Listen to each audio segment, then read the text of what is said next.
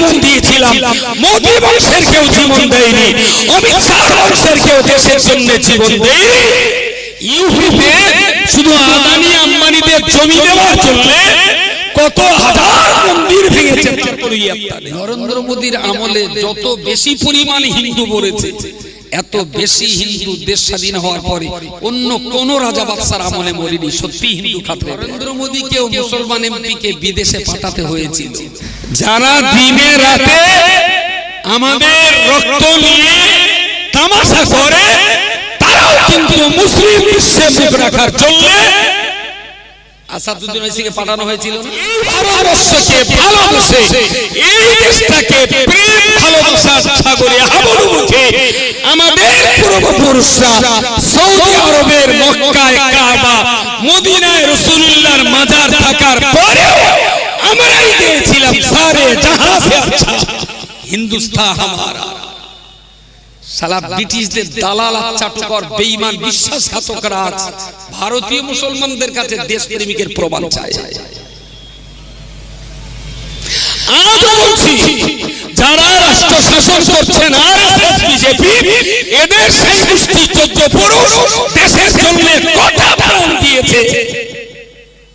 দেশকে স্বাধীন করার জন্য যারা প্রাণ দিয়েছিল, আজও দিল্লির গেটে রাজ সাক্ষী হয়ে দাঁড়িয়ে আছে।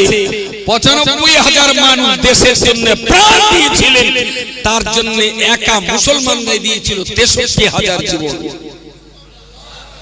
জোরে বলুন সুবহানাল্লাহ। এই দেশের মাটির মর্যাদা বাঁচাতে 95 এর ভিতরে 63,000 আমরাই জীবন দিয়েছিলাম। মোদী বংশের কেউ জীবন দেয়নি, অমিত শাহ বংশের কেউ দেশের জন্য জীবন দেয়নি।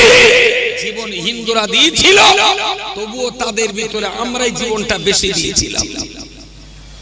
আর আজকে আমাদের কাছেই প্রমাণ দিতে হচ্ছে যে আমরা দেশের প্রেমিক নাগরিক হতে পারছি কিনা।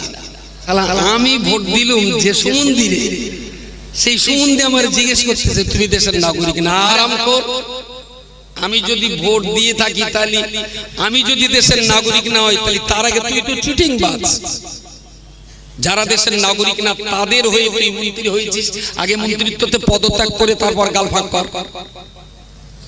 দেশটা স্বাধীন করলাম আমরা, ব্রিটিশ তাড়ালাম আমরা, আরএসএস ব্রিটিশ তাড়াইনি। এদেশের মূল নিবাসী হিন্দু, খ্রিস্টান, শিখ, ইসাই, মুসলমান আমরাই মিলে দেশটাকে স্বাধীন করলাম। আর উড়িয়ে এসে চিল জুড়ে নিয়ে ব্রিটিশ